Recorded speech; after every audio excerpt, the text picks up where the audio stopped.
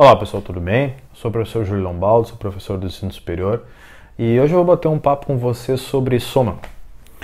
Eu já deve pensar assim, tá, soma, eu já sei somar. É lógico que sim, eu sei que vocês sabem somar. Mas quando a gente fala em soma no ensino superior, é um pouquinho diferente. A gente estuda o comportamento da soma. É muito maluco dizer isso, para quem não entende. Mas a gente estuda aquilo que a gente chama de somatório em geral, né? Se você pensar na soma, no somatório, mas primeiramente naquilo que é uma soma, quando você soma dois números, você obtém um resultado, como a gente está vendo aqui. Quando você soma um terceiro número, você obtém um resultado. Quando você soma um quarto, quinto, sexto, digamos, 10 números, sei lá, você também obtém um resultado. A verdade é que a gente sempre obtém um resultado, tá? E se a gente somar mais e mais e mais e mais, a gente vai ter um resultado. A diferença é que, quando a gente começa a pensar nesses fatores, nessas situações limites, como quantos são os termos ou quem são os termos, quando a gente começa a somar números muito grandes ou quando a gente começa a somar mais números, né, a gente começa a tentar, ou melhor, a gente começa a perder o controle, a gente começa a não entender o que está acontecendo. Só que existem casos e casos. Por exemplo, vamos supor que a gente entenda que a soma pode ser uma soma assim, qualquer, aleatória, e que ela vai até um certo número que a gente não está colocando na tela porque não cabe. Mas vamos supor que existe uma segunda soma, e essa segunda soma, por sua vez, existe uma espécie de padrão. A gente vai chamar de padrão. E esse padrão, esse sim, vai te dizer alguma coisa. Porque quando a gente enxerga o padrão da soma, quando a gente enxerga que cada termo tem um comportamento que a gente pode, de uma certa forma, generalizar, a gente consegue definir aquilo que a gente chama de somatório.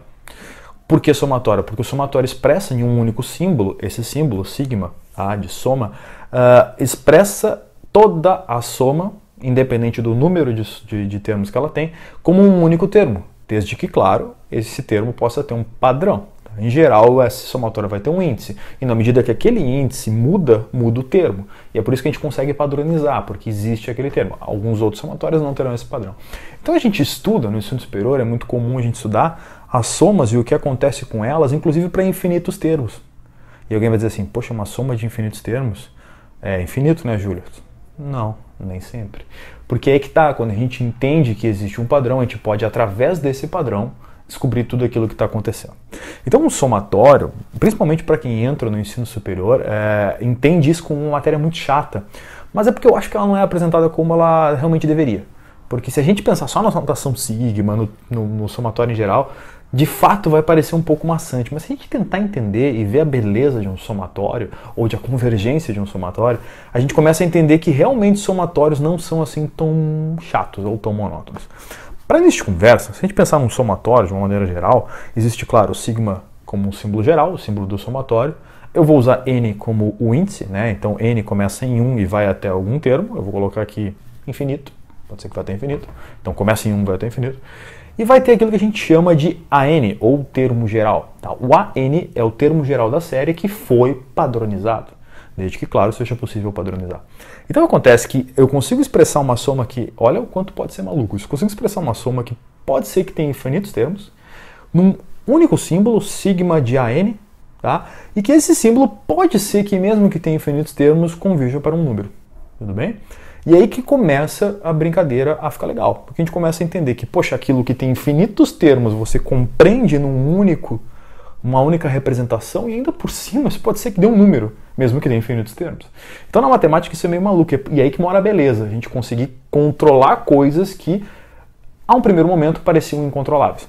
E os somatórios ele tem vários tipos. Por exemplo, existe o somatório da P-séries, que a gente acaba vendo no ensino superior, que é o somatório de 1 sobre n, só que daí o n elevado a p, e aí dependendo desse p começa a mudar, não vou falar deles agora. Existem outros tipos de somatórios, existem os convergentes, não convergentes, mas tem um somatório que talvez não, na minha opinião, com certeza o mais legal, que é aquilo que a gente chama de série geométrica. Porque é nesse somatório que a gente consegue enxergar as coisas acontecendo.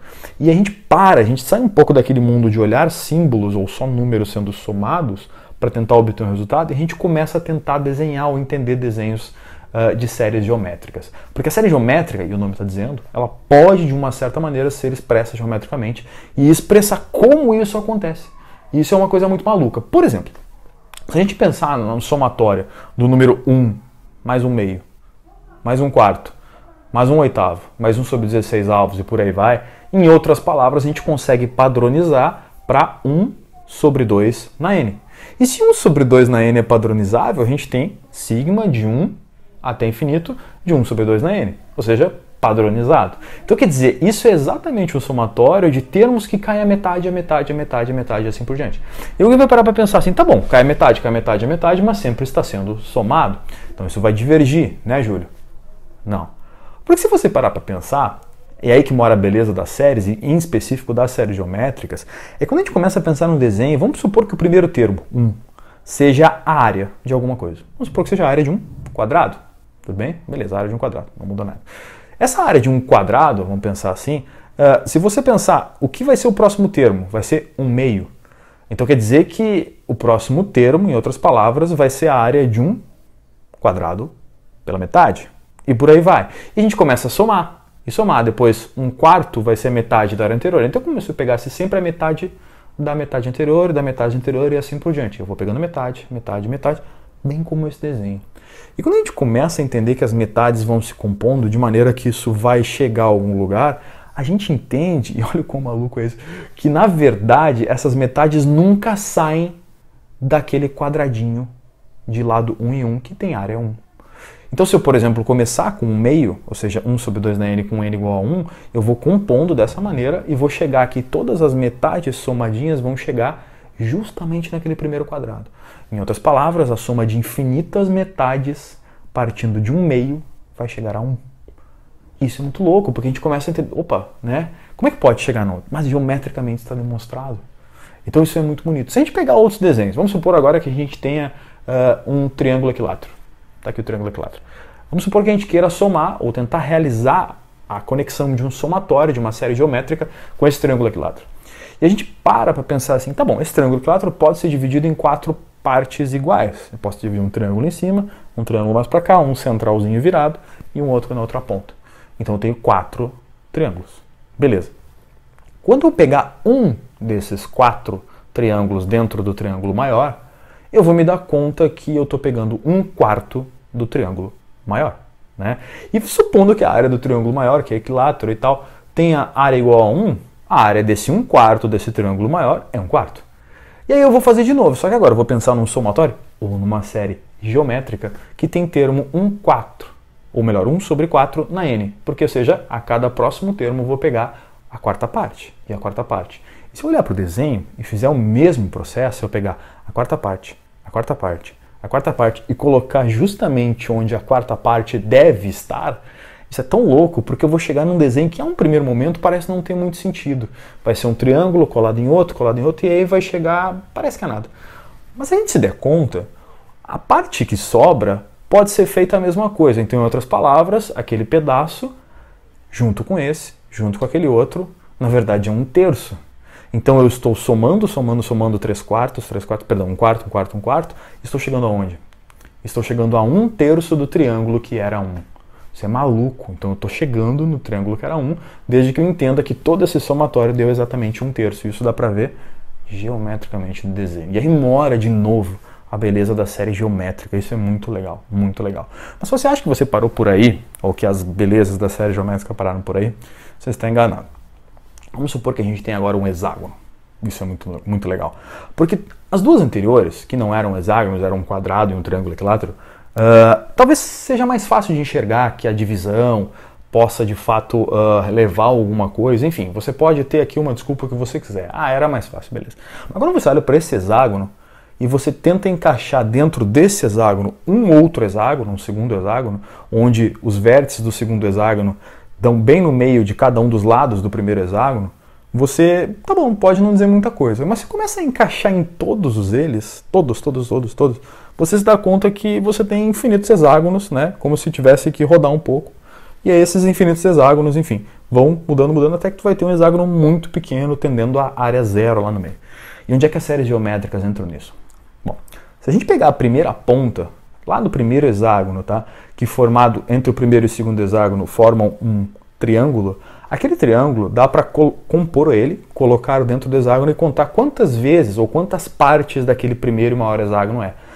Ele é exatamente 1 sobre 24. Então, na verdade, esse 1 sobre 24 é a 24ª parte, ou dá para dizer que cabem 24 destes dentro do maior hexágono, e é dali que a gente parte. Então, se em outras palavras a gente tiver uma série geométrica que talvez parta de 1 sobre 24, como sendo o primeiro termo, que não precisava nas duas anteriores, porque a área anterior era quanto?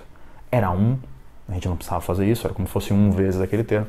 Então, separando esse 1 sobre 24 e pensando no próximo hexágono, fazendo esse processo, eu também consigo obter um triângulo. E se eu fizer a razão deste com o anterior, eu vou me dar conta que é 3/4.